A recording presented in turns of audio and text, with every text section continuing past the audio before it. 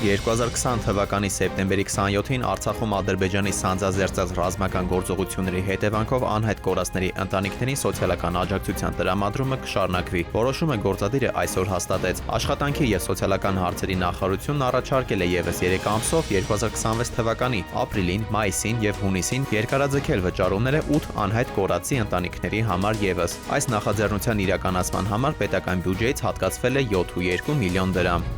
Անհետ կորածների հարազատները մի քանի րոպեով փակել են Երևանի Բաղրամյան պողոտան։ 44-օրյա պատերազմում անհետ կորած և զոհված զինծառայողների ծնողները ասել են, թե ցանկանում են փակել փողոցը՝ ի հիշատակ Արցախյան պատերազմներում զոհված բոլոր նահատակների։ Ոստիկանները սկզբում խոչընդոտել են, ինչի արդյունքում փոքր հրմշտոց և լեզվակռիվ է եղել նրանց միջև։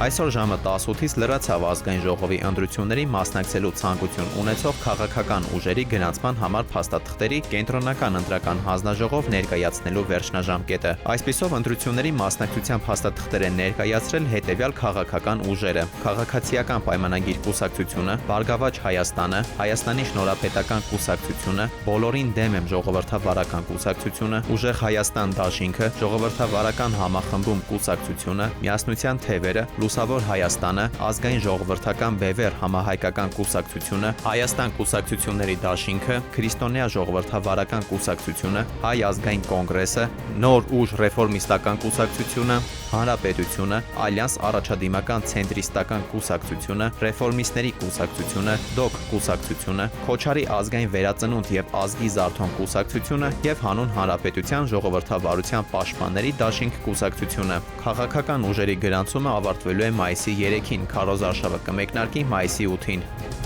Հայաստանի Հանրապետության երրորդ նախագահ Սերժ Սարգսյանը հայտարարություն է տարածել իր հրաժարականի 8-ամյակի կապակցությամբ։ Նա նշել է, թե իր կյանքի ընթացքում ունեցել է ճիշտ և սխալ որոշումներ։ Ասել է, ամենաճիշտ և դժվար որոշումը իմ իսկ խոստումը դրժելն ու 2018 թվականի վարչապետի պաշտոնում առաջադրվելն էր։ Ցավոք, դա նաև իմ ամենամեծ սխալն էր, որովհետև չստացվեց բացատրել մեր ժողովրդին, որ իմ առաջադրման նպատակը բնավ իշխանությունը պահելը չէր, այլ Ղարաբաղի և Հայաստանի անվտանգությունն ապահովելը, նշել է երրորդ նախագահը։ Բագրատ Սրբազանը կալանքի տակ կմնա ևս 2 ամիս։ Սրբազան պայքարի գործով հերթական դատական նիստը նախագահողը մասնակիորեն բավարարել է դատախազի միջնորդությունը, ով առաջարկել էր Բագրատ arczepiskopos Գալստանյանի կալանքը երկարաձգել ևս 3 ամսով։ Կարեն Ֆարխոյանը ասել է, որ գործը այս պահին գտնվում է հիմնական դատալսումների փուլում և նախորդի դատարանի արձանագրած հիմքերն ու պայմանները չեն վերացել ու փոխվել։